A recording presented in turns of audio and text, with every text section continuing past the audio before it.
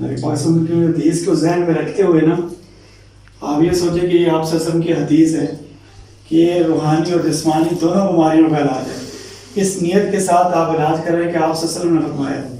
اور آپ صلی اللہ علیہ وسلم کی یہ حدیث بھی ذہن میں رکھیں کہ جو چاند کی 17, 19 اور 21 کو ہجامہ لگاتا ہے اس کو ضرور بالضرور شفا ملتی ہے. اس لیے اپنے روحانی اور جسمانی جو بھی بیماری ہیں ہر قسم کی بیماری کا علاج اللہ نے ہجامے کے اندر رکھا ہے.